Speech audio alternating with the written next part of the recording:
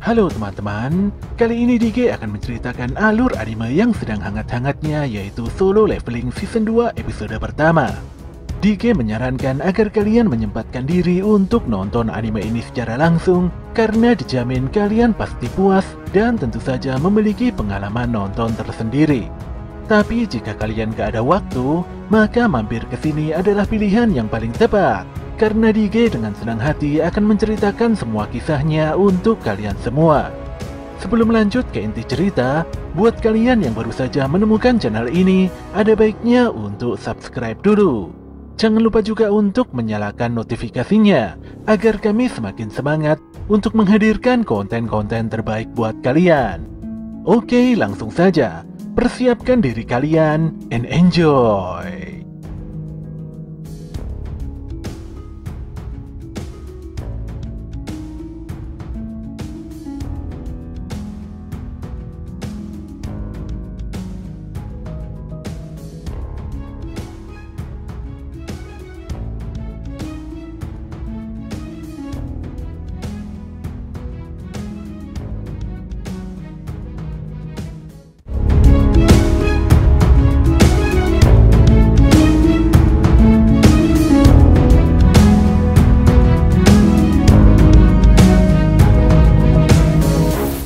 Siang itu Sung Jinwoo nampak tertidur pulas di apartemennya. Walau begitu lelah, namun Jinwoo segera beranjak dari tempat tidurnya setelah menerima telepon dari adiknya. Apalagi siang ini dia memiliki agenda pertemuan wali murid di sekolahnya Jinah. Setelah Jinwoo tiba di sekolah, Jinah malah bingung sendiri melihat perubahan fisik kakaknya itu. Gadis itu benar-benar tidak menyangka bahwa fisik seseorang bisa berubah sedrastis ini. Penampilan Jinwoo yang begitu glow up tak ayal membuatnya jadi pusat perhatian para gadis. Di dalam ruangan pertemuan, Bu Guru wali kelas menjelaskan bahwa Sung Jinah adalah siswi yang baik dan berprestasi. Jinah bisa diandalkan dan menjadi panutan bagi teman-temannya. Selain itu, nilai ujian praktek dan latihan Jinah juga sangat bagus. Jadi bisa dipastikan kalau Sung Jinah bisa memasuki universitas kedokteran unggulan. Sung Jinwoo nampak tersenyum dan puas dengan pencapaian Sung Jinah. Sebenarnya pertemuan ini sudah selesai, namun Bu Guru nampak gundah dan tidak tenang. Dia lantas bertanya pada Jinwoo, jika saja Sung Jinah telah membangkitkan kekuatannya, apakah sebagai seorang kakak Jinwoo akan merekomendasikan pekerjaan hunter untuk adiknya itu? Dengan tegas Jinwoo berkata kalau dia tidak akan melakukan hal itu. Bu Guru pun sudah menduga kalau Jinwoo akan berkata demikian. Disinilah wanita tersebut memohon bantuan pada Jinwoo, yang sepertinya benar-benar sangat penting. Sesaat kemudian Jinwoo menemui Han Songyi di lobi apartemennya. Songyi mengenali sosok Jinwoo karena sebelumnya mereka pernah bertemu dan melaksanakan sebuah raid khusus. Jinwoo memperlihatkan foto Sung Jinah pada Han Songyi, dan disinilah Songyi menyadari bahwa Jinwoo adalah kakaknya Jinah. Tapi Songyi sudah tahu kalau kedatangan Jinwoo adalah untuk menghentikannya menjadi seorang hunter. Songyi tidak peduli Bu Guru wali kelas berkata apapun tentangnya. Namun yang pasti gadis itu mau berhenti sekolah, dan dia akan melanjutkan pekerjaannya sebagai seorang hunter. Walau Jinwoo sudah memberikan banyak masukan dan saran, tapi Songyi tidak peduli dan malah mengusir Jinwoo untuk pulang. Tapi kedatangan Jinwoo bukanlah untuk menyuruh Songyi berhenti menjadi hunter. Lelaki itu lantas mengajak Songyi pergi ke suatu tempat. Di sisi lain, Wo Jinchol terlihat menyambut kedatangan hunter kelas S yaitu Huang Dongso. Dongso sendiri tidak menyangka kalau kedatangannya akan disambut secara langsung oleh Kepala Divisi Asosiasi Hunter Korea. Walau berasal dari Korea, tapi Dongso begitu sombong dan terus merendahkan negara aslinya itu.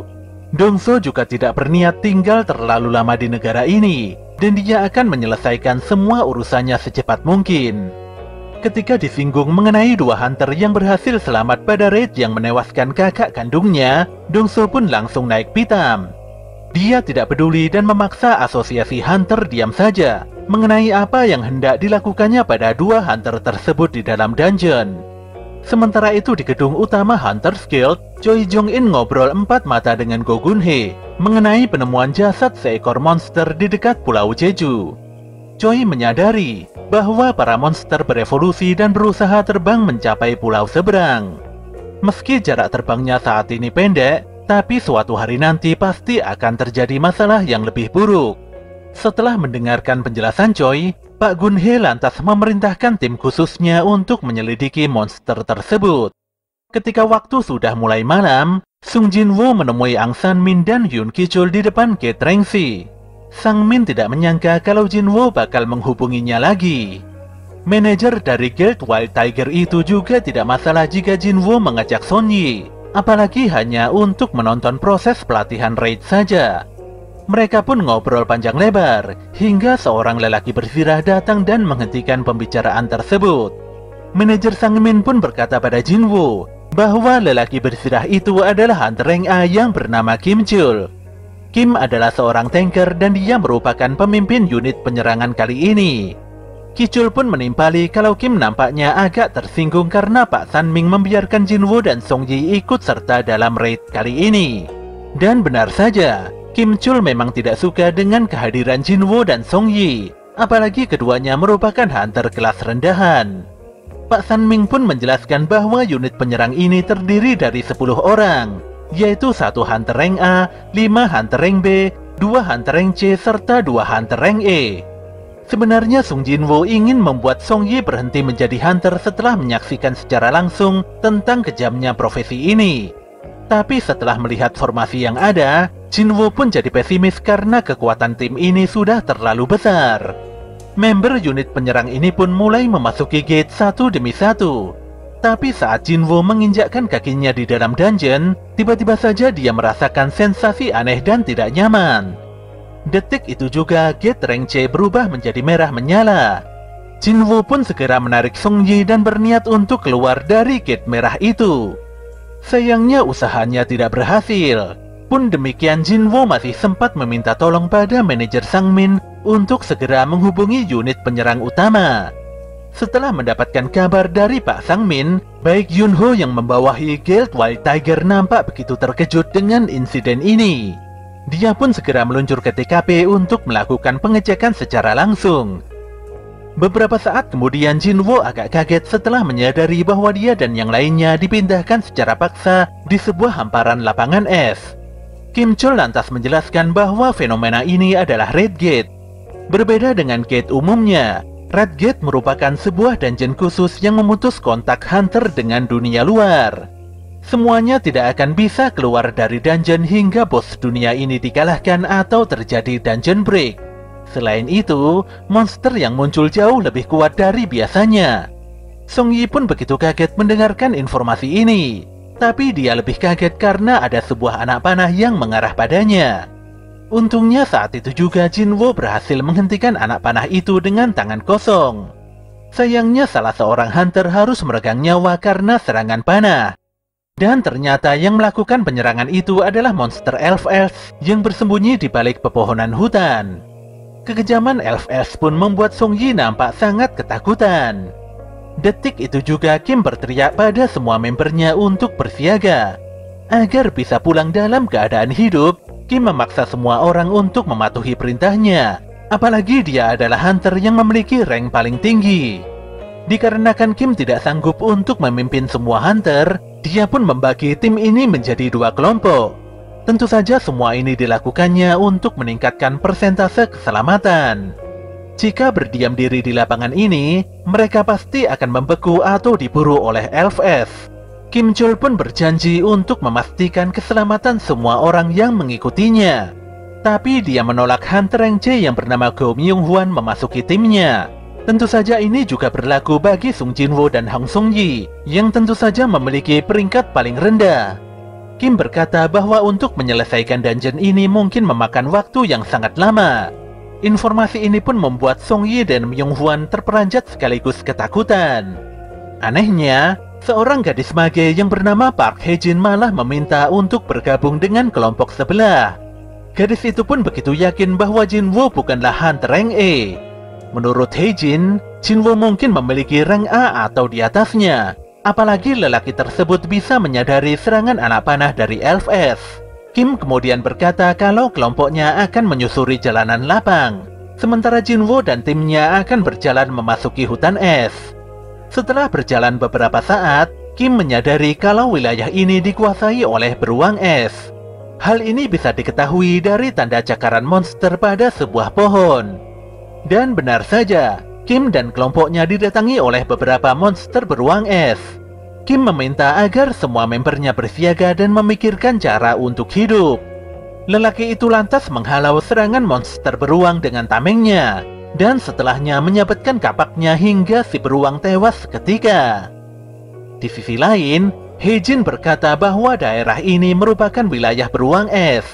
Gadis itu pun menyarankan agar semuanya mundur sebelum bertemu monster tersebut. Tapi Jinwoo tidak sependapat dengan Heijin. Jika hutan ini adalah wilayah beruang es, itu lebih baik daripada mereka harus berurusan dengan elf-elf yang memiliki kecerdasan layaknya manusia. Heijin pun agak terkejut dengan pemikiran Jinwoo yang realistis. Dikarenakan suhu lingkungan yang begitu dingin, Jinwoo lantas mengeluarkan beberapa setelan jaket tebal dari inventorinya. Tentu saja Heijin dan Myung-hwan sangat kaget karena inventory hanya bisa diakses oleh hunter tingkat tinggi saja. Setelah mengenakan jaket yang hangat, Song Yi pun bertanya siapakah Sung Jinwoo ini sebenarnya. Jinwoo pun hanya bisa berkata kalau dia akan bertanggung jawab melindungi Song Yi, karena dia sudah mengajak gadis itu ke tempat ini. Tapi sebagai gantinya, Song Yi dan yang lainnya tidak ada yang boleh bertanya macam-macam pada Sung Jinwoo. Sesaat kemudian mereka pun didatangi oleh monster beruang es. Walau semuanya sangat kaget, tapi Jinwoo meminta mereka tenang. Sementara itu di luar dungeon, baik Yunho tidak bisa berbuat banyak karena Red Gate tertutup rapat dan tidak bisa ditembus. Jika beruntung, mungkin akan ada hunter rank A atau rank B yang bisa keluar hidup-hidup. Dia pun hanya bisa bertaruh pada hunter Kim Chul sebagai ketua raid. Di sini Pak San Ming menjelaskan bahwa ada dua hunter rank A yang memasuki Red Gate. Salah satunya adalah Sung Jinwoo yang belakangan ini menyita perhatiannya. Baik pun sangat terkejut setelah mendengarkan kabar kalau kemungkinan besar Sung Jinwoo adalah hunter yang mengalami kebangkitan kedua. Sesaat kemudian sebuah mobil tiba-tiba datang. Ternyata itu adalah Wang Dongso dan Wo Jinchul. Pertemuan kedua hunter kelas S itu terlihat begitu alot dan saling sindir-menyindir. Baik jadi semakin penasaran karena Dongso juga mengejar Sung Jinwoo. Dongso benar-benar kesal karena Sung Jinwoo memasuki Red Gate. Dia pun berpikir kalau Jinwoo mungkin akan tewas di dalam dungeon tersebut. Jinchul pun menilai kalau Jinwoo sangat beruntung karena hunter sekelas Dongso tidak berkutik di hadapan Red Gate. Tapi nyatanya, Jinwoo berhasil mengalahkan banyak monster beruang es hingga levelnya meningkat. Jelas saja fakta ini membuat Heijin dan yang lainnya bertanya-tanya, mengapa Jinwoo yang kelas rendahan bisa memiliki kekuatan sebesar itu. Setelah makan siang, Jinwoo meninggalkan timnya dan pergi menuju sarang monster beruang es. Dia lantas membangkitkan seluruh pasukan bayangannya, termasuk Igris untuk melawan pasukan monster beruang es. Perang antara pasukan bayangan dan monster beruang es pun tidak terelakkan. Para monster memang sangat kuat, tapi pasukan bayangan juga tidaklah lemah. Kedua pihak terus bertarung hingga salah satu di antara mereka tidak bernyawa. Tidak hanya pasukan kesatria, pasukan mage juga ikut berjuang dan membantu mengalahkan para monster. Jinwoo hanya melihat di belakang sembari membangkitkan pasukan bayangannya. Setelah semua monster beruang dikalahkan, disinilah muncul seekor beruang besar yang merupakan bos utamanya. Monster itu mengaum dan mencabik-cabik banyak pasukan bayangan. Lebih parahnya lagi, raungan si beruang mampu melibas seluruh pasukan bayangan hingga mana Sung Jinwoo habis seketika. Jinwoo pun memerintahkan Igris untuk meladeni monster besar tersebut. Si beruang pun melesatkan cakaran tajamnya pada Igris. Namun Igris sangat lincah dan mampu menghindari serangan itu sembari menyayat tubuh si bos beruang. Tidak berhenti di situ, Igris juga menghujamkan pedang besarnya pada si beruang hingga monster tersebut menjerit kesakitan. Monster beruang es itu pun nampak berdarah-darah dan sangat tidak berdaya. Namun demikian, bos beruang itu tidak mau menyerah dan hendak meledakkan raungan amarahnya. Tapi sebelum itu terjadi, Igris segera memenggal kepala si beruang hingga membuat Jinwoo benar-benar kagum dengan kehebatan bayangan spesialnya itu. Sementara itu di lokasi lainnya, Hunter Kim Chul terlihat sangat tertekan. Seluruh membernya nampak meregang nyawa setelah dibantai oleh pasukan LFS. Jelas saja kejadian mengerikan ini membuat Kim sangat ketakutan. Dia pun berteriak kesetanan sembari berlarian menyelamatkan diri masuk ke dalam hutan. Setelah mengalahkan semua monster beruang es, tanpa pikir panjang Jinwo langsung mengekstrak dan menjadikan para monster itu bawahannya. Saat ini sudah 3 jam atau kurang lebih 3 harian pasca unit penyerang White Tiger memasuki Red Gate. Baik pun berpikir kalau semua membernya pasti mengalami kondisi yang sangat berat. Dongso sendiri begitu malas dan kembali berpikir kalau Sung Jinwo telah tewas. Kendati demikian, dia begitu penasaran mengapa Jinwo ada di dalam unit penyerang Guild White Tiger. Dengan serius Dongso bertanya apa sebenarnya yang mendasari manajer Sangmin berani melakukan hal ini. Sangmin pun menjawab bahwa Jinwo adalah kenalannya, di mana lelaki berperingkat rendah itu hanya ingin mengamati serta melihat-lihat kegiatan di dalam Gate Rank C saja. Awalnya Sangmin merasa lega karena Dongso berlalu dan seakan menerima penjelasannya. Tapi setelahnya Dongso langsung mencekik Sangmin karena dia merasa dibodohi oleh manajer Guild White Tiger itu. Dongso ingin mengetahui lebih dalam apa yang sebenarnya direncanakan oleh Pak Sangmin. Jelas saja Sangmin sangat kesakitan menahan cengkeraman tangan Dongso. Tapi detik itu juga, Baek langsung menghentikan tindakan gila Dongso. Amarah lelaki itu meledak karena tidak terima melihat bawahannya diperlakukan seburuk itu. Kedua Hunter Rank S itu saling meledakkan aura kekuatannya. Jelas saja manajer Sangmin benar-benar sangat khawatir melihat pertikaian tidak biasa ini. Jika kedua hunter peringkat tinggi itu tidak segera dihentikan, maka sudah pasti akan terjadi malapetaka mengerikan. Ketika Baek dan Dongso melesatkan serangan tinju super kuatnya, untungnya saat itu juga Wo Jinchul segera turun tangan dan menghentikan keduanya. Jinchul tidak memahami apa kepentingan Dongso dengan hunter Sung Jinwo. Pun demikian di sini Wo Jinchul menegaskan kalau Jinwo adalah hunter rank E.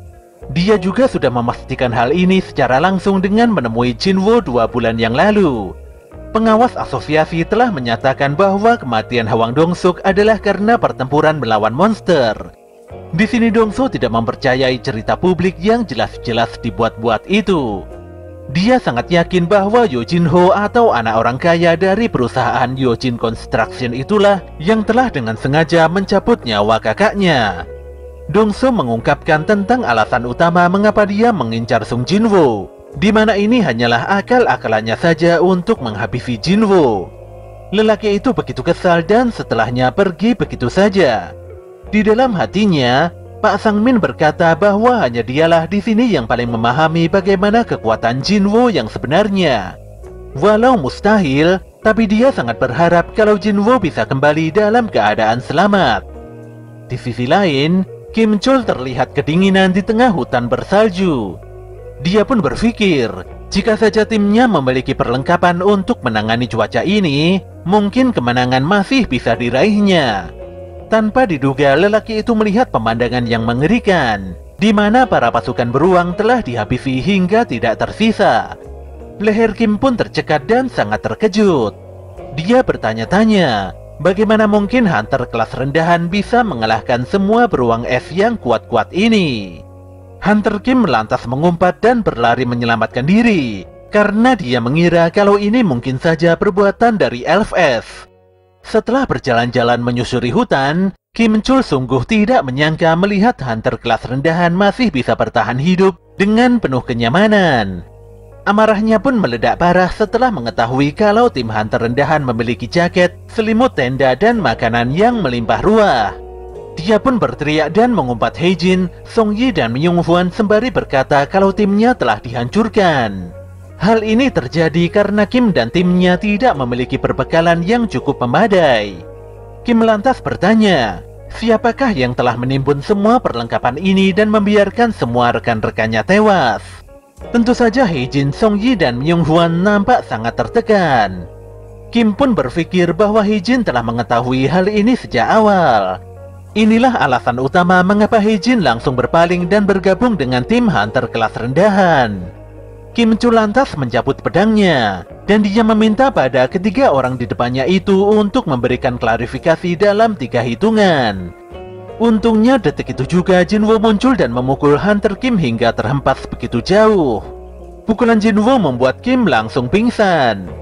Jinwo terlihat kesal melihat Kim menyalahkan timnya, padahal semua ini terjadi karena ulah dan keputusan Kim Chul sendiri. Di sini Jinwo menyadari kalau ternyata selama ini Kim telah dibuntuti oleh para elf es yang bersembunyi dalam mode kamuflase. Semuanya pun begitu tegang setelah mengetahui fakta buruk ini. Bos elf yang bernama Baruka pun cukup terkejut setelah mengetahui kalau Jinwo bisa berbicara lancar dengannya. Jinwo sendiri begitu kaget karena dia baru saja menyadari skillnya ini. Dia pun berpikir kalau sistem telah membantunya dalam berkomunikasi. Dikarenakan Jinwo bisa memahami bahasa monster, Baruka lantas berkata kalau ada anak buahnya yang menyadari kekuatan besar Jinwo. Oleh karena itulah, anak buah Baruka itu ingin bertarung secara baiwan dengan Sung Jinwo. Tanpa banyak basa-basi, Jinwo langsung memenggal kepala si elf tersebut dengan belatinya. Gerakan super cepat Jinwo tentu saja membuat Baruka sangat terkesan. Jinwo lantas menyerang Baruka, walau serangannya meleset dan hanya menumbangkan kuda si bos elf itu. Di sini Baruka mengatakan hal yang cukup mencengangkan bagi Sung Jinwo, di mana si bos itu yakin kalau Jinwo saat ini bukanlah manusia lagi. Baruka bahkan berpikir bagaimana bisa Sung Jinwo berpura-pura jadi bagian dari para manusia. Tentu saja pernyataan itu membuat Jinwo tidak mengerti. Baruka melanjutkan bahwa semua monster dapat mendengar suara bisikan di kepala mereka yang meminta untuk menghancurkan para manusia. Anehnya, para elf sama sekali tidak mendengar hal itu saat melihat dan berhadapan dengan Sung Jinwo. Jinwo pun berpikir kalau mungkin yang dialami para elf itu agak mirip dengan arahan sistem miliknya. Para elf sebenarnya tidak ingin bertarung dengan Sung Jinwo. Namun demikian mereka meminta Sung Jinwo untuk menyerahkan semua manusia yang ada di belakang lelaki tersebut. Jika Jinwo mau melakukannya, maka para elf tidak akan pernah mengusiknya lagi. Jinwo pun bertanya siapakah sebenarnya para elf es ini. Ketika Baruka menjawab pertanyaan tersebut, anehnya tubuh Baruka jadi tidak jelas hingga membuat Jinwo tidak mengerti.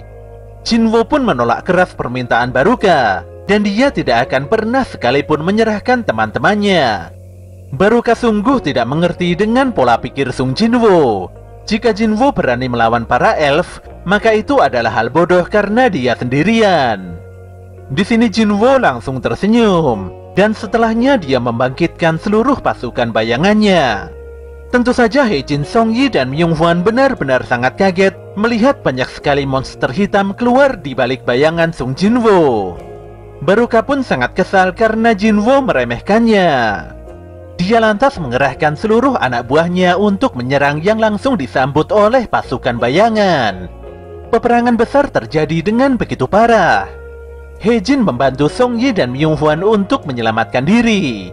Bagaimanapun juga, mereka hanya menghalangi dan tidak akan bisa membantu apa-apa dalam pertempuran besar ini. Ketika para archer elf hendak menembakkan panahnya pada Heijin dan yang lainnya, saat itu juga Sung Jinwo melesat dan membantai para archer tersebut dalam sekejap mata. Jinwo mulai memahami mengapa para elf begitu percaya diri bertarung melawannya. Pasukan bayangannya memang tidak bisa mati, tapi regenerasinya memerlukan kekuatan sihir yang cukup besar. Meskipun mana Sung Jinwo lumayan banyak, tapi pada akhirnya pasti akan habis juga. Selain itu, Baruka adalah musuh yang sangat kuat dan mungkin lebih kuat dari Sung Jinwo. Bahkan jika Sung Jinwo bertarung dengan bantuan Igris, hal itu bukanlah jaminan dia bisa mengalahkan Baruka. Oleh karena itulah Jinwo membutuhkan sesuatu yang lebih kuat dari biasanya. Duel 1 lawan 1 antara Jinwo dan Baruka terjadi dengan begitu epik. Baruka terus menekan Jinwo, sementara Jinwo mampu menghindar dan memberikan serangan balasan yang membuat Baruka semakin menggila. Bos elf itu pun memukul mundur Jinwo. Dia sangat senang karena sudah lama tidak menikmati pertarungan sehebat ini. Tapi senyuman Baruka langsung pudar karena para mage melepaskan meteor besarnya pada si bos elf tersebut. Kim Chul pun baru sadar dan bangkit setelah melihat Sung Jinwoo. Lelaki bersirah itu sangat marah dan segera mengambil pedangnya untuk membantai Jinwoo. Dia pun berlari kencang, dan bersamaan dengan itu Baruka juga melesat cepat untuk menghabisi Jinwoo. Di sini Jinwoo meledakkan area di sekitarnya untuk menyembunyikan diri dari Baruka. Anehnya, tiba-tiba saja muncul sosok bayangan lelaki besar bersirah yang meraung-raung untuk melindungi Jinwoo. Scene pun kembali beberapa detik sebelumnya, di mana Kim Chul masih berlari ke arah Jinwoo. Saat itu Igris mengayunkan pedangnya di hamparan salju yang membuat area sekitar jadi tertutupi. Detik itu juga Igris mengunuskan pedangnya pada Kim hingga membuat lelaki itu muntah-muntah darah. Kim pun mengumpat parah setelah menyadari kalau ternyata Sung Jinwoo sudah merencanakan skenario buruk ini padanya. Tanpa membuang waktu, Jinwoo langsung mengekstrak Kim Chul dan membangkitkan sosok bayangan besar dengan kekuatan super. Bayangan besar itu pun memukul mundur Baruka dengan kapaknya. Disinilah Sung Jinwoo memberikan nama Iron pada makhluk tersebut. Ledakan amarah Iron membuat darah Baruka mendidih. Bos elf itu pun bertarung dan berniat menghancurkan Iron hingga berkeping-keping. Sementara itu di balik pepohonan hutan, Hejin, Songyi, dan Myunghwan masih terus bersembunyi. Duel tidak lazim ini membuat mereka sangat bersyukur tidak terlibat secara langsung dalam peperangan. Mereka benar-benar tidak percaya kalau pertarungan serumit ini bisa terjadi. Untuk memuaskan hatinya, Baruka menantang Jinwoo dan dua bayangan spesialnya untuk bertarung dan mengeroyoknya. Tentu saja Jinwoo mengiyakan tantangan itu, dan dia segera bergabung bersama Iron dan Igris. Hebatnya, Baruka begitu tangguh dan sanggup menahan seluruh serangan. Baruka berniat menghabisi Iron karena raungannya memekakkan telinganya. Tapi detik itu juga Igris melesat dan mengayunkan pedang besarnya. Hal ini membuat Baruka tidak fokus hingga pertahanannya terbuka. Tanpa diduga, Sung Jinwoo sudah menusukkan belati kasakannya pada tubuh Baruka. Tapi bos itu terlihat baik-baik saja dan kembali melesatkan serangan. Jinwoo lantas melempar dan menarik dagger Knight Killer walau bisa dihindari oleh si Baruka. Namun efek racun Kasaka Feng mulai bekerja dan membuat si Baruka melambat. Baruka lantas dikunci oleh Iron, dan setelahnya pasukan mage membakar keduanya di dalam ledakan api yang sangat besar. Parahnya, si Baruka masih saja bertahan walau Jinwoo kembali menusukkan belati kasakannya. Di sini Baruka baru benar-benar KO setelah Iron menghempaskan godam kapak besarnya pada si bos elf itu. Jinwoo pun meminta Iron tidak bertindak ngawur dan terus memukulkan senjatanya pada si Baruka. Apalagi si bos dungeon itu sudah benar-benar dikalahkan. Hejin, Songyi, dan Myunghwan begitu senang setelah Jinwoo mengkonfirmasi kemenangan. Ditambah lagi detik itu juga gate jalan keluar muncul di hadapan mereka. Namun sebelum kembali, Jinwoo ingin melakukan ekstraksi pada si Baruka. Saat ini di dunia luar waktu berjalan kurang lebih 1 minggu. Pak Sangmin meminta Baek Yunho untuk beristirahat. Namun Baek menolaknya. Dia tidak akan pulang sebelum memastikan membernya dalam keadaan aman.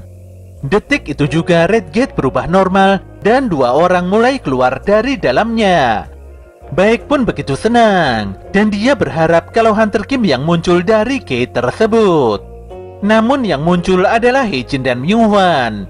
Setelah itu diikuti oleh Jinwoo dan Songyi. Pak Sangmin pun begitu senang melihat Jinwoo kembali. Setidaknya selama ini keyakinannya sudah benar-benar terbukti. Baek sendiri begitu terkejut menyaksikan gate di hadapannya telah tertutup sempurna. Dia pun menghentikan Sung Jinwoo yang hendak mengantarkan Songyi pulang ke rumahnya. Tapi Jinwoo merasa lelah dan tidak ingin ditanya macam-macam. Dia pun meminta Baek menanyakan semua kejadian di dalam Raid Gate pada 2 anggotanya yang selamat. Tentu saja Baek tidak terima karena membernya tidak kembali sebanyak 6 orang, dan ini sudah menjadi kewajibannya untuk mencari tahu apa yang sebenarnya telah terjadi. Walau pernyataan Baek benar adanya, namun pada akhirnya dia meminta maaf karena Jinwoo telah menyelamatkan 2 membernya. Setelah Jinwoo dan Songyi berlalu, Baik meminta manajer Sang Min berusaha semaksimal mungkin untuk merekrut Sung Jinwoo masuk ke dalam Guild White Tiger entah bagaimana caranya. Tentu saja Pak Sang Min akan menjalankan perintah Guild Masternya itu dengan penuh tanggung jawab. Seusai mengantarkan Song Yi pulang, Jinwoo merasa kurang puas karena hanya bisa mendapatkan belati peninggalan Baruka. Baruka memiliki level yang sangat tinggi. Hal ini bisa diketahui karena si bos elf itu tidak bisa diekstrak meskipun sudah mencoba hingga 3 kali. Pada suatu ketika, Yu Jinho nampak sangat terkejut setelah menyaksikan kekuatan bayangan milik Sung Jinwoo. Bagaimana tidak, Jinho hanya terpaku dan diam saja melihat pasukan bayangan Jinwoo mampu menghabisi seluruh monster tanpa tersisa. Pemuda itu seakan tidak mempercayai pandangannya. Tapi faktanya semua kejadian ini terjadi tepat di hadapannya. Jinwoo sendiri enggan menjelaskan kekuatan barunya itu, karena tentu saja akan memakan waktu yang cukup lama. Dia lantas memerintahkan seluruh pasukan bayangannya untuk menambang dan mengangkut seluruh batu sihir dan kristal mana yang ada di dalam dungeon. Di sini Jinho begitu lemas karena keberadaannya seperti sudah tidak terlalu dibutuhkan. Sementara itu di suatu dungeon yang tidak diketahui, seorang lelaki gondrong menghajar para hunter yang hanya menyisakan seorang saja. Di sini bisa diketahui bahwa lelaki tersebut sangat kesulitan dalam berkomunikasi dengan bahasa Inggris. Lelaki gondrong itu lantas menunjuk si hunter dan berkata dalam bahasa Inggris bahwa dia adalah manusia yang ingin pulang ke rumahnya saja. Kembali pada Jinwoo dan Jinho, di mana keduanya tengah makan bersama untuk merayakan kemenangan raid. Sesuai dengan perjanjian sebelumnya, Jinwoo telah memenuhi permintaan Jinho untuk mengikuti raid hingga 19 kali. Ketika Jinwoo bertanya apa yang hendak dilakukan Jinho selepas ini, pemuda itu pun menjawab kalau dia akan mengikuti ujian tertulis Asosiasi Hunter untuk mendapatkan lisensi gelar Guild Master. Setelah itu dia akan menggunakan lisensi tersebut untuk bernegosiasi dengan bapaknya. Dengan tegas Yu Jinho meminta Jinwoo jujur saja jika memang selama ini dia hanyalah beban. Apapun kondisinya, selepas ini Jinho berjanji tidak akan merepotkan Sung Jinwoo lagi. Jinho memiliki seorang kakak yang terpaut 10 tahun lebih tua darinya.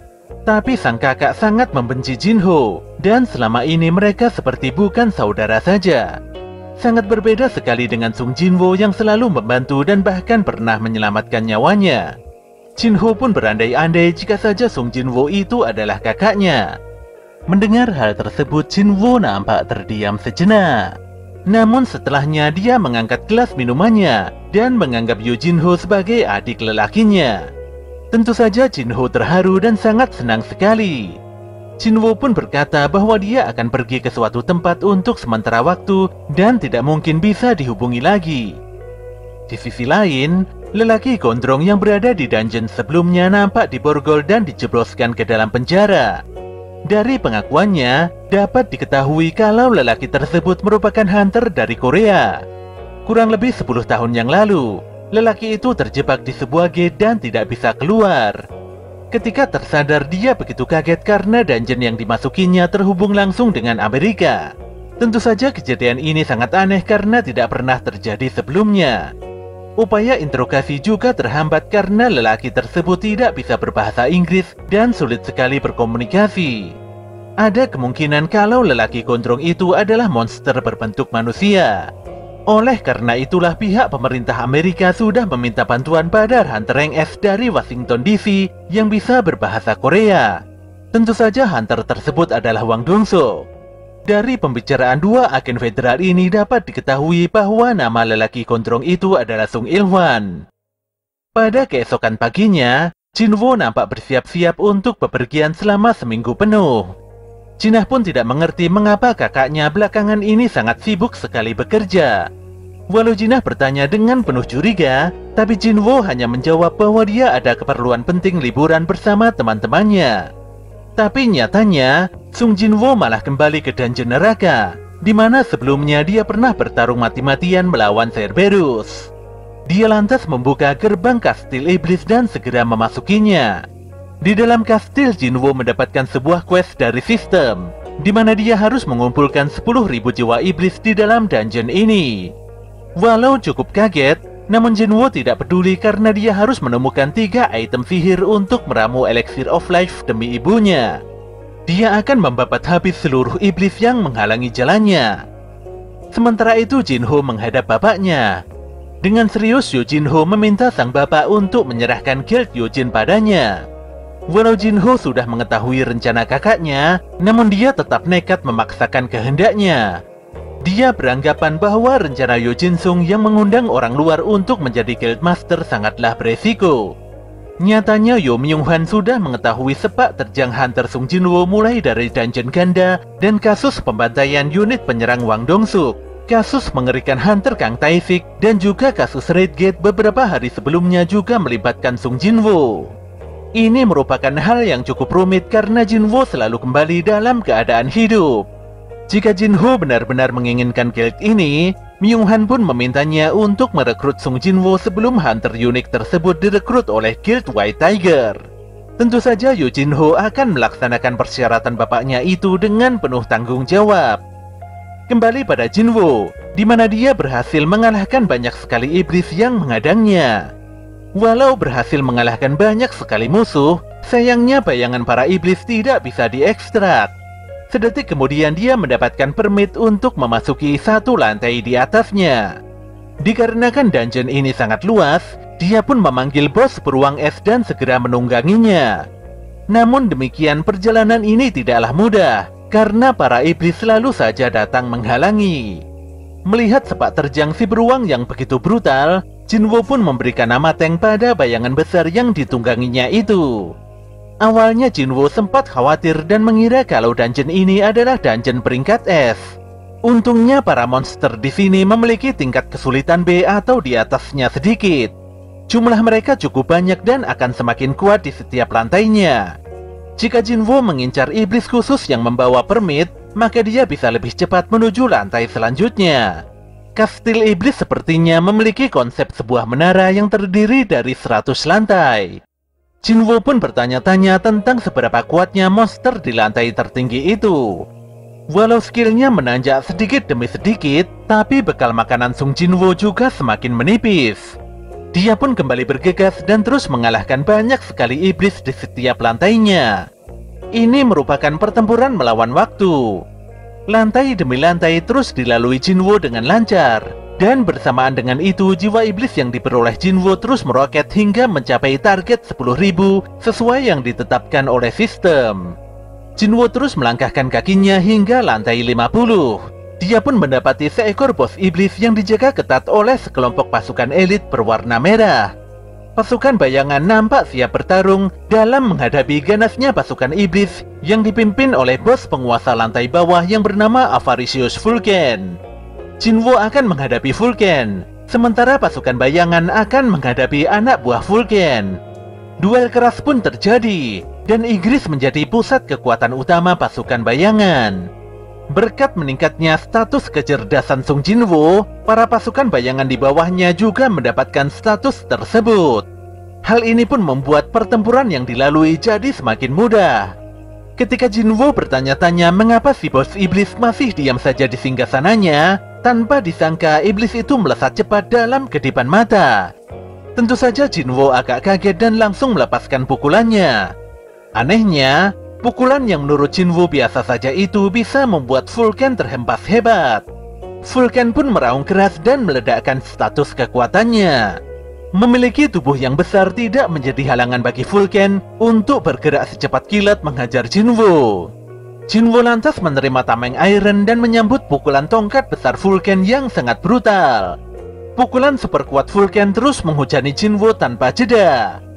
Namun ketika Jinwo menemukan celah, pemuda itu langsung melemparkan perisai Iron hingga menghentikan serangan ngawur Vulcan. Kesempatan itu pun digunakan Jinwo untuk melancarkan serangan mematikannya. Namun si Vulcan begitu sigap dan seakan bisa membaca pergerakan Sung Jinwo. Iblis besar itu pun melesatkan tongkat besarnya yang untungnya masih sempat dihindari oleh Jinwo. Mau tidak mau Jinwo harus berlari menjauh sembari memikirkan cara untuk menghajar kepala Vulcan. Walau mendapatkan tekanan, Jinwo terus berlari dan menjebak Vulcan di sebuah bangunan besar serta menghabisinya dengan dua pelatihnya.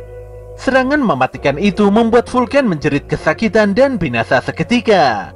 Setelah mengalahkan Vulcan, Jinwo mendapatkan satu item penting untuk meramu Elixir of Life, yaitu Voltri Fragment atau kayu murni dari tongkat Vulcan. Di lokasi lain, Wang Dongso terlihat menginterogasi Sung Ilfwan dengan begitu keras.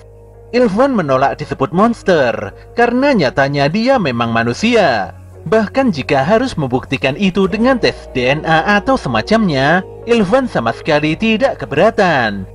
Dongso nampak kesal karena dia harus dipanggil ke tempat ini. Ilfwan bertanya mengenai keadaan umat manusia, gate serta monster di dalamnya. Tentu saja pertanyaan Ilfwan membuat Dongso kembali emosi. Walaupun demikian, Ilfwan terus menyampaikan bahwa dungeon, gate, dan monster hanyalah sebuah awal saja. Kekuatan yang mampu membawa bencana besar kini sudah bangkit. Ilfwan pun tidak bisa menjelaskan lebih detail. Yang pasti selepas ini akan terjadi bencana besar. Tujuan utama Ilfwan di sini adalah untuk mencegah bencana mengerikan itu terjadi.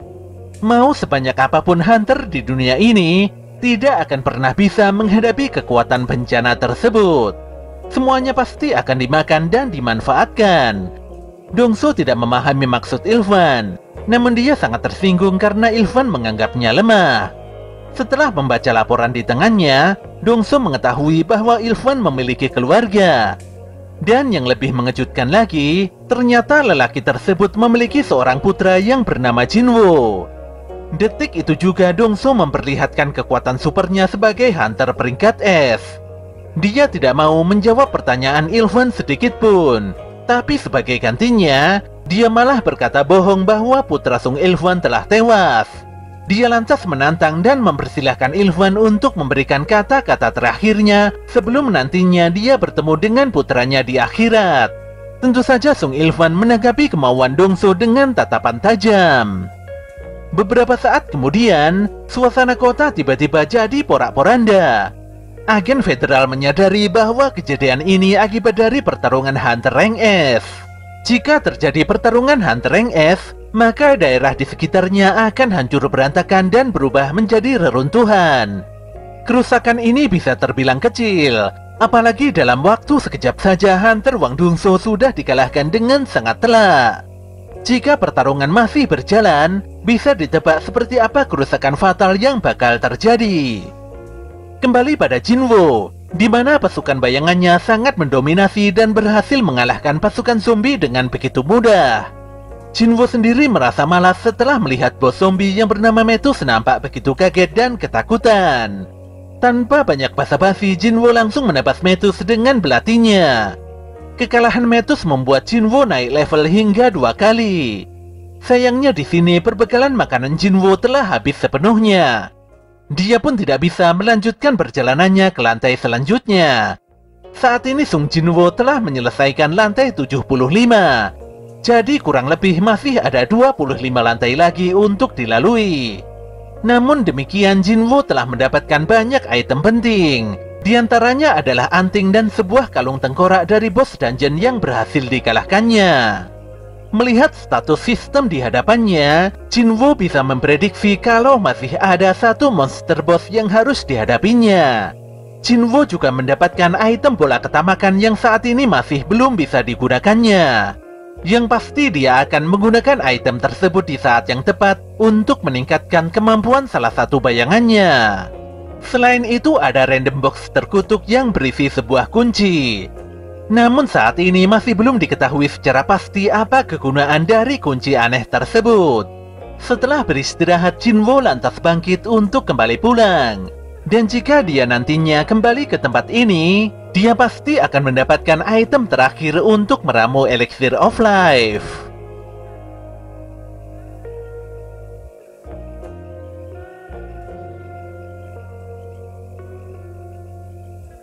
Sekembalinya ke dunia luar, Sung Jinwo memastikan kembali bahwa dia harus mendapatkan item terakhir untuk meramu Elixir of Life. Oleh karena itulah persiapannya harus lebih maksimal. Pergi ke kastil iblis membuat kekuatan Jinwo semakin meningkat. Sayangnya ranking Hunter resminya masih E. Meskipun levelnya terus meningkat, namun tetap saja Sung Jinwoo tidak akan bisa mengikuti raid berperingkat tinggi. Setelah merenung sesaat, dia pun berniat menghentikan sandiwara yang tidak berguna ini, tentu saja dengan menunjukkan kekuatannya yang sebenarnya. Untuk itulah dia akan menilai ulang rank Hunternya kembali. Pada keesokan paginya, Jinwoo mendatangi pusat pemeriksaan rank Hunter. Tentu saja kehadiran Jinwoo yang sangat tidak terduga ini membuat Hyun Ki-chul sangat tercengang. Dia tidak peduli lagi pada Hunter lain, dan langsung menghubungi Pak Baik Yunho untuk mengabarkan informasi yang sangat penting ini. Mendengar kabar tersebut, Baik pun bergegas mendatangi TKP. Tidak berselang lama, Jinwoo dipanggil oleh petugas untuk memasuki ruang pemeriksaan rank. Proses pemeriksaan tidak berbeda dari sebelumnya, di mana Hunter yang hendak menilai ulang ranknya harus meletakkan tangannya pada kristal hitam yang berada di dalam ruangan. Anehnya, mesin langsung error dan tidak dapat menghitung kekuatan Hunter Sung Jinwoo. Saat itu seorang pria yang diketahui sebagai manajer pemeriksaan nampak memasuki ruangan. Dia lantas ikut membantu dan mengecek mesin pemeriksaan. Setelah memastikan dengan mata dan kepalanya sendiri, Pak manajer pun langsung jadi serius. Dia sadar betul kalau ini bukanlah malfungsi dari mesin pemeriksaan. Status error di mesin menunjukkan bahwa jumlah energi sihir Sung Jinwoo melampaui jumlah energi yang bisa dihitung. Dengan demikian, Pak manajer sangat yakin kalau Jinwoo adalah orang ke-10 di negeri ini yang menyandang gelar rank S. Sementara itu di luar ruangan, Woo Jin-chul nampak berbincang dengan Choi Jong-in mengenai informasi monster semut bersayap. Untuk mendapatkan data yang valid, departemen terkait sedang melakukan autopsi dan membandingkan struktur internal energi sihir di masa lalu. Tentu saja proses ini memerlukan waktu yang tidak sedikit. Jin-chul tidak kaget saat mendengar kalau Pak Jong-in mengetahui informasi tentang insiden Red Gate. Jong-in hanya ingin mengetahui siapakah yang berhasil mengalahkan bos dungeon Red Gate tersebut. Walau sudah bersiaga di lokasi, namun Jin-chul hanya berkata kalau dia tidak mengetahui siapakah sosok Hunter tersebut. Sesaat kemudian terdengar keributan di lobi ruang pemeriksaan Asosiasi Hunter. Keduanya pun langsung pergi untuk melihat apa yang sebenarnya terjadi di tempat itu. Di dalam lobi, semua orang sangat terkejut mendengar Sung Jinwoo memiliki status yang tidak bisa dihitung. Ki-chul sangat memahami situasi ini. Apalagi ini semua sudah diduga oleh manajer Ang Sang-min. Saat ini tugasnya hanyalah mendekati Jinwoo dan merekrut pemuda itu sesegera mungkin. Namun dia tidak berkutik ketika Woo Jin-chul dan Choi Jong-in memasuki lobi. Melihat aura Jinwoo yang cukup besar, Jong-in pun menyadari kalau pemuda itu adalah Hunter yang membuat kegaduhan di tempat ini. Presiden Hunters Guild itu lantas menyapa Jinwoo dengan ramah. Dia ingin mengetahui apakah Jinwoo sudah memutuskan untuk memasuki guild yang mana. Namun di luar dugaan, Jinwoo meminta maaf dan pergi begitu saja tanpa menoleh sedikit pun pada Jong-in. Tentu saja Jong-in agak terkejut. Dia bahkan bertanya pada Jin-chul apakah ada yang salah dengan salam perkenalannya tadi. Jin-chul pun menjawab bahwa tidak ada yang salah dengan sikap Pak Jong-in. Jong-in begitu terpukul karena dia terlalu pede menghadapi Sung Jinwoo. Namun di sini Jong-in menemukan fakta lain, di mana Baek Yunho berlari terengah-engah di saat semuanya telah berakhir. Jong-in pun mengetahui kalau Sung Jinwoo adalah hunter yang sangat berharga, di mana pemuda itu jugalah yang telah menyelesaikan Red Gate. Sambil tersenyum, Jong-in melewati Baek yang masih nampak terkejut. Tentu saja Baek begitu kesal karena harusnya Jong-in tidak boleh mengetahui fakta tentang Red Gate. Setelah mengunjungi ibunya di rumah sakit, Jinwoo telah ditunggu oleh Woo Jin-chul di luar ruangan. Jin-chul berkata bahwa departemen pengawas bertugas untuk mengawasi para hunter. Selain itu, departemen pengawas juga memberikan hukuman bagi para hunter yang berbuat buruk. Jinwoo pun menjadi target khusus tapi bukan sebagai kriminal. Walau mampu mengawasi seluruh hunter yang ada, namun departemen tidak berkutik di hadapan hunter rank S. Saat itulah Jin-chul menyampaikan bahwa ada seseorang yang ingin bertemu dengan Sung Jinwoo. Jinwoo agak kaget karena yang menemuinya adalah Pak Go Gun-hye yang merupakan ketua asosiasi Hunter Korea. Pak Gun-hye memberikan ucapan selamat pada Jinwoo karena telah mendapatkan gelar rank S. Lelaki tua itu pun melanjutkan bahwa prosedur pemeriksaan ulang sengaja dilakukan agar asosiasi bisa bertemu dengan hunter berperingkat tinggi. Bagaimanapun juga, jumlah hunter berbakat di negeri ini masih sangat terbatas. Kebanyakan para hunter lebih tertarik pada pendapatan serta prestasi guild besar. Di sini Go Gun-hye berupaya mengajak Jinwoo bergabung bersama asosiasi hunter. Jika berkenan, Jinwoo akan mendapatkan posisi yang sangat penting dalam asosiasi. Saat ini orang-orang yang menyokong negeri ini bukanlah pemerintah, melainkan para hunter yang melindungi masyarakat dari serangan monster. Kekuatan para hunter tersebut berpusat pada 5 guild besar. 4 dari 5 guild tersebut sedang berusaha menjaga keseimbangan. Tapi keseimbangan itu akan hancur jika Jinwoo bergabung ke dalam salah satu guild tersebut. Oleh karena itulah, asosiasi hunter menjadi kekuatan ke-6 di negeri ini demi menyeimbangkan kekuatan yang ada. Pak Gun-hye memastikan bahwa Jinwoo sangat layak dan memiliki kekuatan untuk menjaga keseimbangan antar guild. Sebenarnya tawaran ini sangat bagus, apalagi memiliki posisi di dalam asosiasi sama saja dengan jaminan kesuksesan. Selain itu, pengaruh Pak Gun-hye juga sangat luar biasa. Jinwoo sangat sadar kalau Pak Gun-hye bukanlah orang sembarangan. Lelaki itu adalah hunter rank S pertama di Korea. Dia juga memiliki energi sihir di luar nalar, walau memiliki fisik yang sudah tidak muda lagi. Meski sudah pensiun sebagai hunter, tapi Pak Gun-hye setara dengan Sung Jinwoo yang sudah bersusah payah menaikkan levelnya. Setelah berpikir panjang, Jinwoo pun menolak hingga membuat Pak Gun-hye agak terkejut. Rasa kaget Pak Gun-hye tidak berhenti di situ, di mana dia mengetahui kalau Jinwoo hanya ingin bertarung di medan laga demi mengalahkan monster. Lelaki tua itu serasa tidak percaya, namun sorot mata Jinwoo tidak berbohong. Jika saja Pak Gun-hye jauh lebih muda, dia pasti akan bertarung di samping Sung Jinwoo. Lelaki itu pun mempersilahkan Jinwoo pulang dan tidak akan memaksa Jinwoo bergabung ke dalam asosiasi hunter lagi. Sementara itu di suatu rumah sakit, Hwang Dong-so nampak baru sadar dari koma. Saat itu juga, Dong-so ditanyai oleh wakil direktur guild mengenai status monster Sung Il-hwan. Dengan penuh emosi, Dong-so memastikan bahwa Il-hwan memang adalah monster. Wakil direktur pun mengerti dan meminta Dong-so untuk fokus penyembuhan saja. Dia juga berkata bahwa semua hunter sedang memburu Sung Il-hwan. Tapi dia tidak mengetahui apakah Il-hwan bisa ditangkap. Ditambah lagi lelaki itu mampu mengalahkan Dong-so secara telak. Setelah Pak Wakil Direktur pergi, Dong-so terlihat sangat amat terpukul.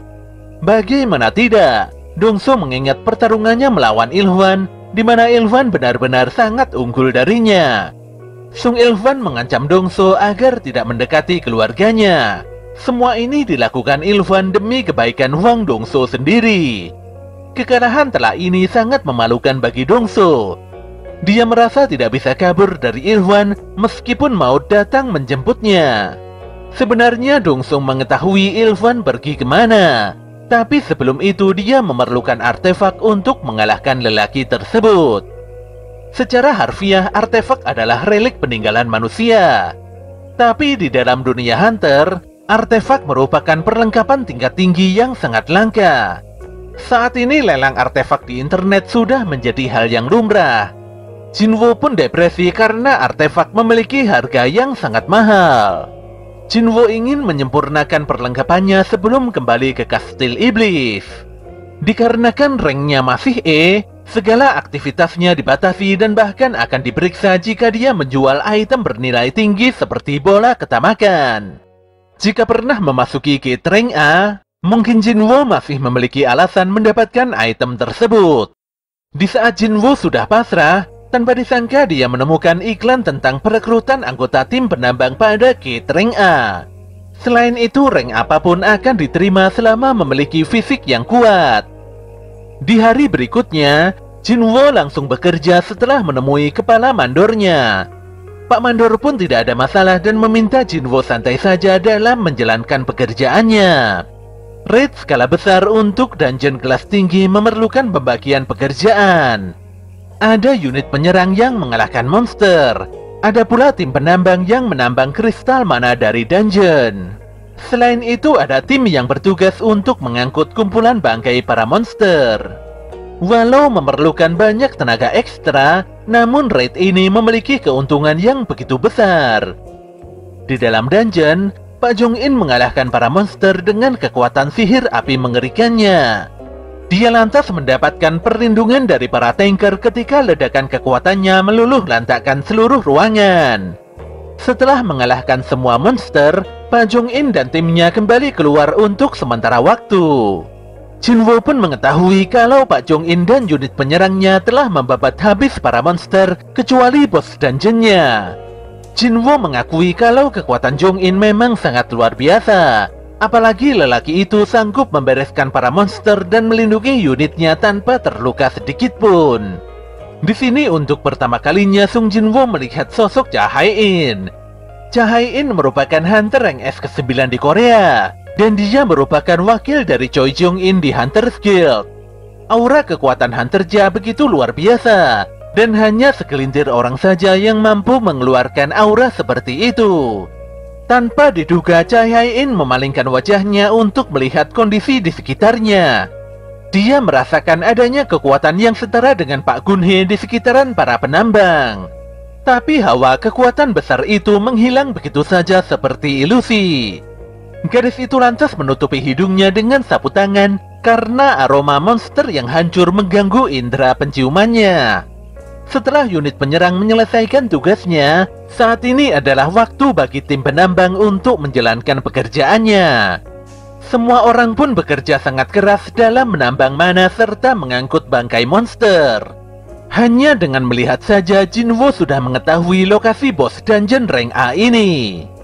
Menurut Jinwo, bos dungeon ini sepertinya lebih kuat dari Vulkan dan Metus di Kastil Iblis. Tentu saja Jinwo sangat tertantang dan ingin mengalahkan bos dungeon itu. Namun demikian, Jinwo jadi pergunjingan parah di antara para penambang hanya karena ranknya masih rendah. Tentu saja Jinwo hanya bisa pasrah menerima perlakuan seperti itu. Walau memiliki rank yang sangat rendah, namun Jinwo bekerja super keras hingga membuat Pak Mandor dan yang lainnya jadi kebingungan. Mereka semua bertanya-tanya apakah Jinwo itu benar-benar rank E. Ketika waktu makan siang telah tiba, Jinwo masih saja bekerja keras dan tidak merasa kelelahan sedikit pun. Pak Mandor pun membiarkan Jinwo terus bekerja, karena pemuda itu ingin menyelesaikan bagiannya. Ketika semua orang kembali ke dunia luar, Jinwo langsung membuang kapaknya dan berlari ke tempat bos dungeon. Pemuda itu benar-benar bersemangat, dan dia tidak ingin menyia-nyiakan waktu istirahat 1 jamnya yang sangat berharga. Setibanya di depan gerbang bos, Jinwo langsung mengeluarkan belati ilusinya. Sebenarnya dia tidak ingin melakukan hal ini karena tindakannya jadi sangat tidak etis. Jika bosnya dikalahkan, maka gate akan tertutup dan Hunter's Guild akan mengalami kerugian yang sangat besar. Walau demikian, kata hatinya tidak peduli dan ingin terus melangkah. Ketika Jinwo hendak bergerak, tanpa disangka ada suara wanita yang mengejutkannya. Ternyata pemilik suara tersebut adalah Cha Hae-in. Sambil menutupi hidungnya, Hunter Cha bertanya dengan serius apa yang sedang dilakukan Sung Jinwo di tempat seperti ini. Mendengar Cha Hae-in menegurnya, Jinwo nampak pasrah dan mengurungkan niatnya melawan bos dungeon. Jinwo mengakui kehebatan Hunter Cha, apalagi dia baru menyadari keberadaan gadis tersebut setelah diajak berbicara dalam jarak dekat. Jinwo lantas menjawab kalau dia tersesat hingga ke tempat ini. Dikarenakan tempat ini sangat berbahaya bagi tim penambang, Hunter Cha pun meminta Jinwo untuk menjauh. Hunter Cha sedikit bingung karena sebelumnya dia melihat Jinwo menggenggam sebuah senjata, tapi senjata itu tiba-tiba lenyap hilang entah kemana. Namun demikian, Hunter Cha kembali meminta Jinwo untuk segera pergi. Jika sampai bos dungeon terusik, bisa dipastikan semua tim penambang akan menjadi korban. Jinwo pun meminta maaf dan pergi. Namun saat Jinwo melewati Cha Hae-in, Gadis itu terlihat kaget dan segera menghentikannya. Anehnya, Hunter Cha malah menghirup bau badan Jinwo dan dia tidak menemukan bau tidak sedap pada pemuda tersebut. Seolah tidak percaya, Cha Hai-in lantas bertanya apakah Jinwo itu adalah seorang hunter. Tentu saja Jinwo menjawab kalau dia memang hunter. Cha Hai-in membiarkan Jinwo berlalu setelah melihat kartu nama lisensi hunternya. Tapi gadis itu tetap saja mewaspadai Jinwo. Dia benar-benar merasa aneh. Apalagi Jinwo merupakan satu-satunya hunter yang memiliki aroma wangi di tubuhnya. Sementara itu Pak Mandor menilai kalau Jinwo sangat beruntung bisa bertemu dan ngobrol secara langsung dengan Cha Hai-in. Selama ini tim penambang hanya bisa gigit jari dan melihat Hunter Cha dari kejauhan. Pak Mandor mengatakan kalau Cha Hai-in selalu mengorbankan jam istirahatnya. Gadis itu berpatroli demi melindungi tim penambang dari serangan monster. Rumornya Hunter Cha tidak tahan dengan bau para hunter. Oleh karena itulah Hunter Cha selalu menutupi hidungnya dengan sapu tangan. Jinwo pun kini menyadari mengapa Hunter Cha bisa memergokinya. Tapi Jinwo tidak habis pikir, mengapa reaksi Cha Hai-in begitu aneh ketika tadi mendekatinya. Pada sore harinya, Jinwo mendapatkan bayaran atas kerja kerasnya hari ini. Pak Mandor sangat bersyukur karena kehadiran Jinwo bisa membuat pekerjaan cepat selesai. Pak Mandor sudah lama menggeluti profesi ini, tapi baru kali ini dia bertemu orang unik seperti Sung Jinwo. Dengan serius Pak Mandor menawarkan sebuah pekerjaan pada Jinwo dengan gaji yang cukup tinggi. Sayangnya Jinwo tidak berkenan, apalagi keberadaannya di tempat ini hanyalah untuk mengisi waktu luang. Pak Mandor pun memahami, namun lelaki itu kembali menawarkan Sung Jinwo untuk datang sehari lagi. Dikarenakan besok ada 2 raid yang harus dikerjakan Hunters Guild. Raid itu adalah raid A dan C. Pak Mandor menjelaskan bahwa Hunters Guild adalah satu-satunya guild dengan 2 unit penyerang yang mampu menyelesaikan gate rank A. Jinwo pun terdiam sejenak. Setelah itu dia mengiyakan ajakan Pak Mandor. Tentu saja Pak Mandor sangat senang. Dia bahkan akan menyampaikan pada atasannya untuk menggandakan bayaran Sung Jinwo. Pada malam harinya, Cha Hai-in menelpon informannya untuk melakukan penyelidikan pada Sung Jinwo. Tapi di luar dugaan, ternyata Choi Jong-in juga menanyakan hal yang sama pada informan tersebut. Tentu saja Cha Hai-in agak kaget, apalagi informasi mengenai Sung Jinwo sudah dikunci oleh asosiasi hunter. Sang informan berkata bahwa baru kali ini dia melihat asosiasi mengunci informasi tentang hunter berperingkat rendah. Perilaku aneh Jinwo di dalam dungeon, perintah penyelidikan Pak Jong-in serta sikap yang diambil asosiasi hunter benar-benar membuat Cha Hai-in sangat penasaran. Dia sangat yakin pasti ada sesuatu dengan Sung Jinwo. Gadis itu sudah bertemu dengan berbagai macam hunter, tapi baru kali ini dia bertemu dengan hunter yang begitu harum. Pada keesokan harinya, Jinwo datang ke lokasi yang diinformasikan Pak Mandor. Semua tim penambang menyambut kehadiran Jinwo dengan sukacita. Keadaan ini mengingatkan Jinwo pada kenangan di masa lalu, di mana Song Cheol, Kim Sang-sik, dan Lee Jo-hye selalu menyemangatinya. Pemuda itu nampak tersenyum, karena saking lamanya dia mulai lupa dengan keadaannya dulu. Saat itu tim penambang melakukan pekerjaan menambang kristal mana di dungeon rank C. Di sini Jinwo nampak bersemangat dalam bekerja. Jika ada Sung Jinwo, pekerjaan tim penambang pasti cepat selesai. Berkat Jinwo jugalah, tim penambang bisa beristirahat lebih cepat sebelum dungeon rank A dilaksanakan. Di waktu makan siang, seorang hunter menyapa Pak Mandor dan yang lainnya. Ternyata itu adalah Song Ki-hun. Ketua tim penyerang itu hendak meminjam 1 orang anggota tim penambang sebagai pembawa barang.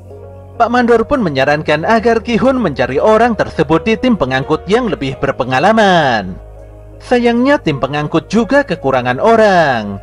Di sini Son Ki-hun akan memberikan kompensasi besar jika ada sukarelawan yang membantunya membawa barang. Namun semua orang diam saja karena memang tidak mau. Apalagi tawaran pekerjaan itu sangat amat beresiko. Ketika Ki-hun sudah pasrah, ternyata Jinwo malah mengangkat tangannya dan mengajukan diri sebagai pembawa barang. Tentu saja Pak Mandor dan yang lainnya sangat kaget. Mereka sangat khawatir jika nanti terjadi hal yang buruk pada Sung Jinwoo. Sebenarnya Pak Mandor dan rekannya sudah berusaha menghalangi Ki-hun membawa Jinwoo.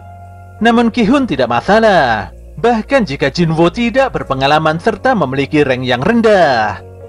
Setelah saling berkenalan, Ki-hun dan Jinwoo mulai bersiap di depan gate rank A. Gate tersebut nampak lebih besar dari gate di hari sebelumnya.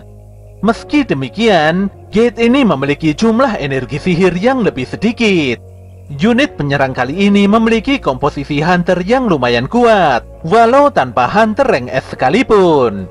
Setelah memasuki gate, Jinwoo merasakan gelombang hawa bahaya seperti saat pertama kali memasuki Red Gate. Walau begitu waspada, tapi seorang gadis healer meminta Jinwoo tenang saja karena semua member unit penyerang ini sangatlah kuat. Di dalam hatinya, Ki-hun ingin sekali menyukseskan raid ini. Jika raid ini berhasil, maka Ki-hun akan mendapatkan promosi sebagai ketua unit. Jinwoo pun agak kaget ketika Ki-hun dan timnya tiba-tiba membentuk formasi menyerang tanpa ada perintah. Sesaat kemudian muncul sekelompok serigala dungeon yang menyerang secara frontal. Ki-hun dan yang lainnya lantas bertahan dan setelahnya mengalahkan semua serigala tersebut dengan sekali serangan. Di sini semuanya nampak tidak mengerti mengapa para serigala ini muncul di dungeon rank A. Serigala ini adalah monster rank C, jadi seharusnya mereka hanya ada dalam dungeon rank C saja. Jinwoo pun menyadari bahwa ada sebuah kalung di leher serigala tersebut. Belum selesai rasa penasarannya, beberapa High Orc tiba-tiba muncul dan menggegerkan seluruh member unit penyerang. Salah satu monster melesatkan tombaknya dengan sangat kuat ke arah Ki-hun. Walau bisa menangkisnya, namun Ki-hun terlihat trauma dan tidak mempercayai kekuatan High Orc yang sangat luar biasa. Para monster itu lantas maju bersama-sama untuk menghabisi seluruh hunter. High Orc adalah monster yang memiliki daya tahan sihir super tinggi. Semua hunter pun dibuat kebingungan karena tidak ada yang bisa menghentikan gerakan High Orc. Bahkan setelah dijerat oleh serangkaian tali sihir Libora, seekor orc masih sanggup melangkahkan kakinya. Berbagai serangan super kuat sudah dikerahkan untuk mengalahkan para High Orc. Tapi tetap saja usaha para hunter benar-benar tidak membuahkan hasil. Son Ki-hun pun meminta membernya berpencar dan membaginya menjadi 3 tim. Ketua tim penyerang ini mulai putus asa. Dia tidak habis pikir, bagaimana bisa monster High Orc yang satu ekornya saja sudah setara dengan hunter rank A bisa muncul sebanyak ini. Jelas saja ini adalah monster yang tidak bisa diatasi oleh hunter rank B. Dia pun hanya bisa berharap tidak ada membernya yang kehilangan nyawa. Gadis healer berusaha membantu temannya yang terluka parah. Dia pun begitu pasrah saat seekor High Orc datang untuk mencabut nyawanya. Namun sebelum itu terjadi, Jinwoo segera berkamuflase dan mencekik leher si monster dengan skill ruler authority-nya. Jelas saja si healer sangat terkejut, apalagi monster itu dikalahkan dengan begitu brutal. Sebenarnya sebagai orang luar, Jinwoo tidak ingin ikut campur, namun dia tidak bisa diam saja jika para hunter terluka. Jinwoo segera melesat dan menyayat para High Orc dengan belati kasakannya. Hal ini pun membuat pergerakan para High Orc mulai melambat. Merasakan adanya kesempatan emas, Ki-hun dan yang lainnya melancarkan serangan balik hingga para High Orc berhasil dikalahkan sepenuhnya. Insiden mengerikan ini benar-benar sebuah keajaiban. Ditambah lagi semua hunter tidak ada yang terluka parah. Sebagai seorang mage rank A, Hina berkata bahwa dia tidak melakukan apapun untuk melemahkan musuh. Selain itu, Libora juga berkata bahwa di unit ini tidak ada satupun yang menguasai skill kamuflase. Apapun itu, yang terpenting saat ini kemenangan sudah berhasil diraih. Di dalam hatinya, Bora mengetahui kalau kemenangan ini berkat tindakan Sung Jinwoo. Menurutnya, Jinwoo sudah meremehkan unit penyerangnya. Sebagai seorang magic caster, Bora mengakui keberanian Jinwoo yang berkamuflase untuk menyerang. Namun gadis itu memilih diam saja dan tidak membuka rahasia Jinwoo. Apalagi Sung Jinwoo sudah menyelamatkan nyawa banyak orang. Ki-hun lantas ditanyai oleh membernya, apakah dia ingin melanjutkan raid atau kembali saja. Bagaimanapun juga raid ini sangat amat berbahaya. Jika ingin melanjutkan raid, setidaknya dibutuhkan minimal 2 healer dan 3 hunter mage.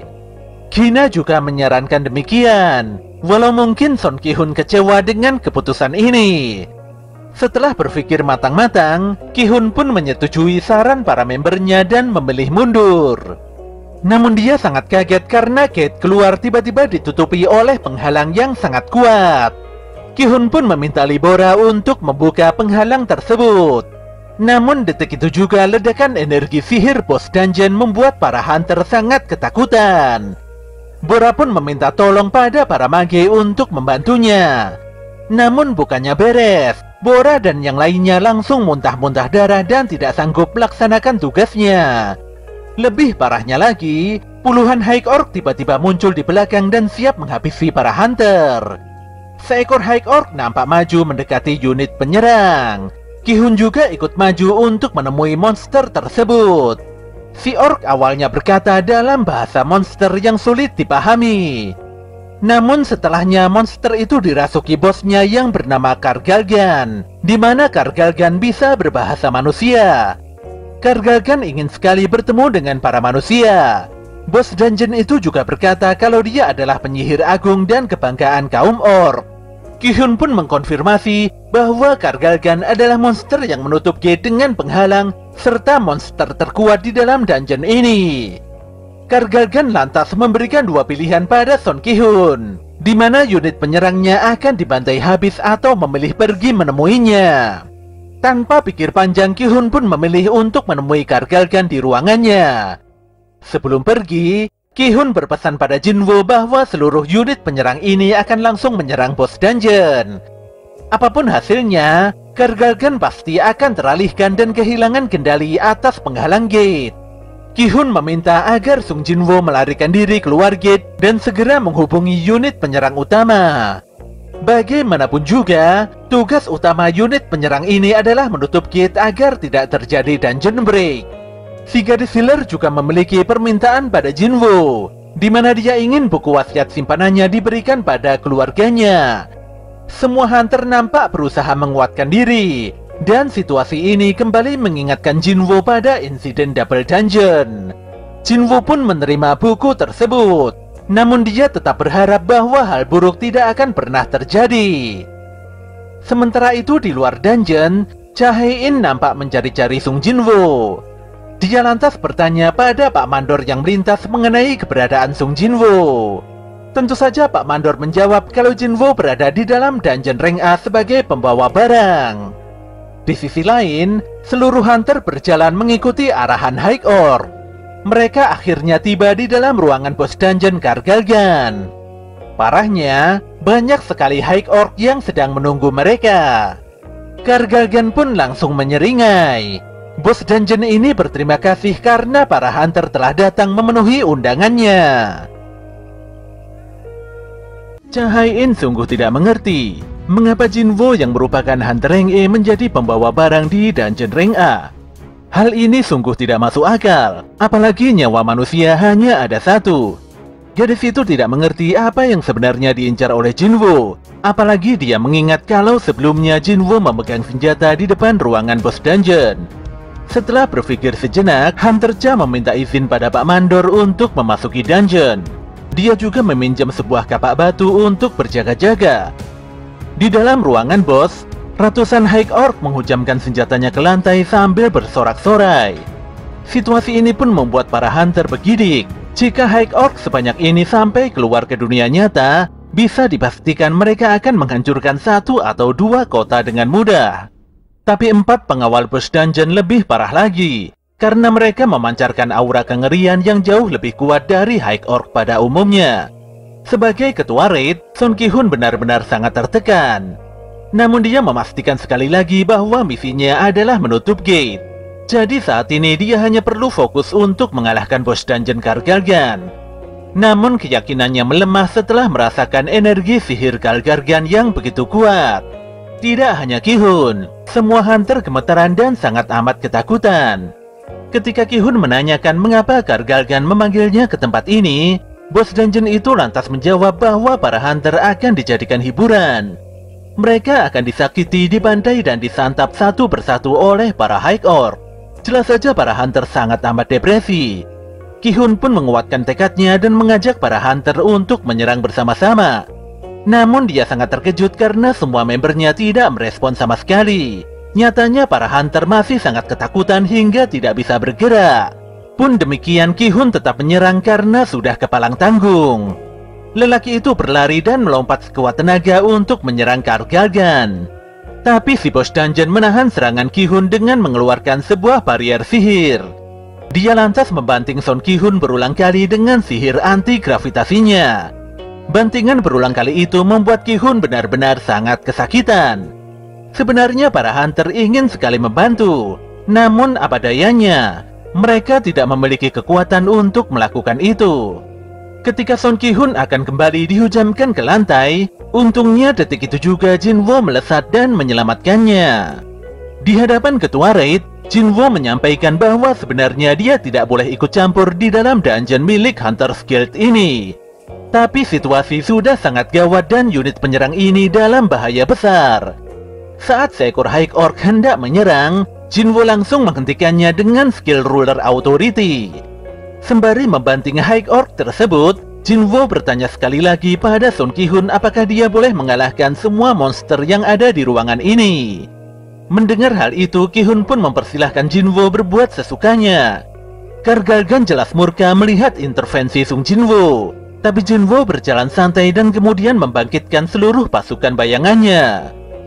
Sementara itu di depan gate, tiba-tiba saja muncul sebuah mobil dari tim pengawas asosiasi Hunter.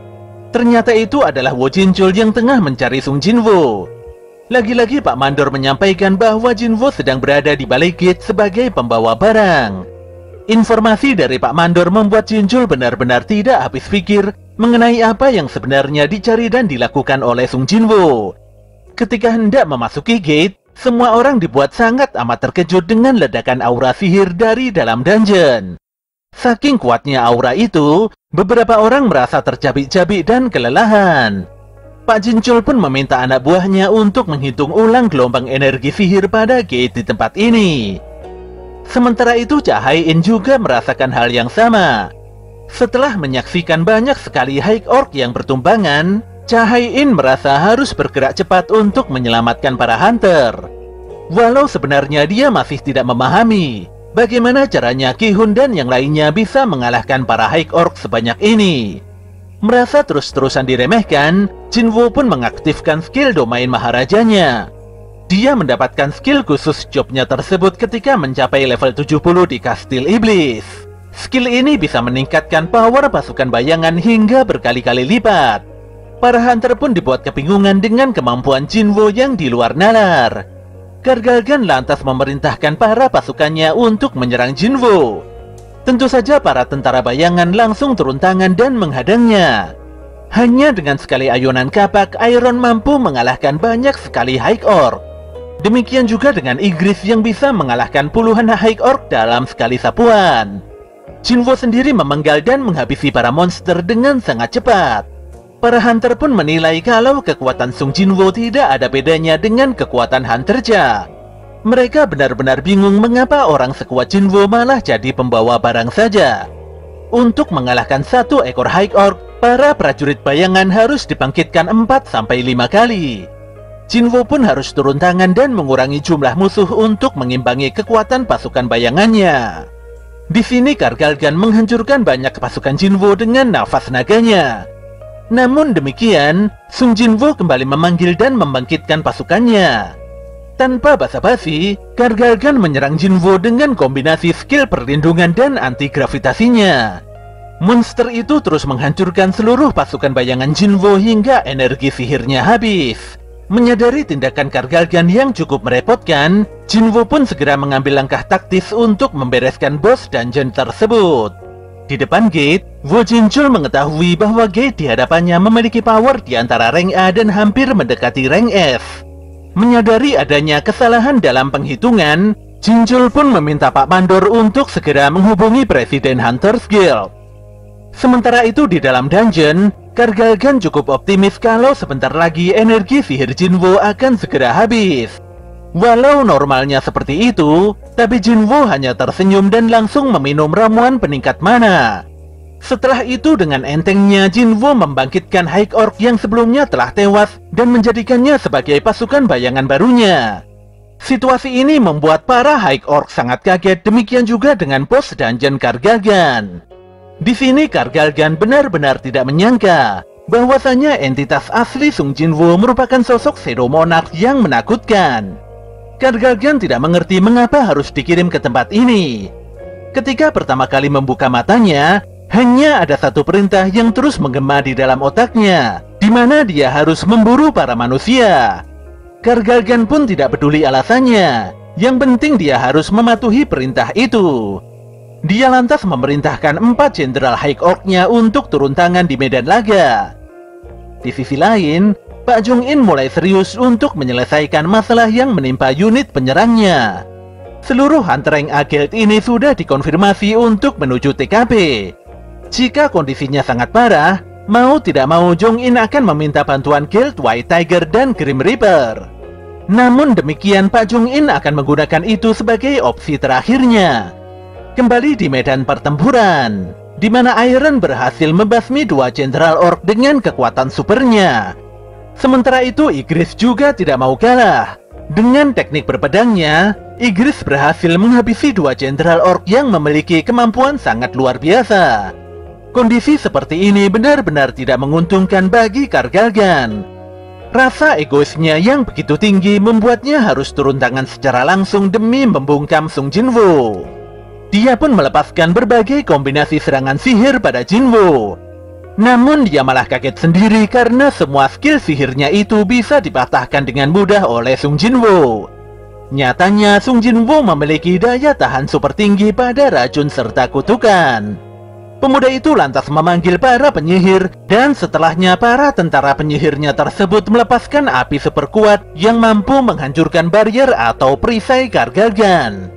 Detik itu Cha Hae-in baru saja tiba di dalam ruangan bos dungeon. Dia pun dibuat kaget dan bingung sendiri dengan apa yang sebenarnya telah terjadi di tempat ini. Walau rekan-rekannya dalam keadaan baik-baik saja, namun mereka semua tidak bisa menjelaskan apa yang sebenarnya terjadi. Amarah Kargalgan semakin memuncak karena Jinwoo sudah melukainya. High Orc itu pun mengaktifkan sihir keperkasaan yang membuat tubuhnya membesar layaknya raksasa. Dia berusaha menginjak Jinwoo walau tidak berhasil. Setelah itu Kargalgan melepaskan semburan nafas apinya. Tidak hanya sekali, Kargalgan menghembaskan banyak sekali nafas api hingga membuat seisi ruangan terbakar parah. Tidak peduli lawan ataupun kawan, semburan nafas api itu menghancurkan pasukan bayangan dan juga para High Orc. Jinwoo pun agak kesal, apalagi dia memiliki trauma buruk dengan sosok raksasa. Dia lantas melesat dan menghujamkan belatinya pada mata kanan Kargalgan. Jelas saja Kargalgan mengerang kesakitan. Jika Kargalgan semakin besar, maka semakin mudah juga Jinwoo mengincarnya. Dikarenakan serangan belatinya masih kurang kuat, Jinwoo lantas menarik rantai besi yang ada di dekat gerbang. Setelah itu dia mengikat dan membanting bos dungeon Kargalgan hingga tersungkur. Pertarungan epik itu pun disaksikan secara langsung oleh Wo Jinchul dan tim pengawas.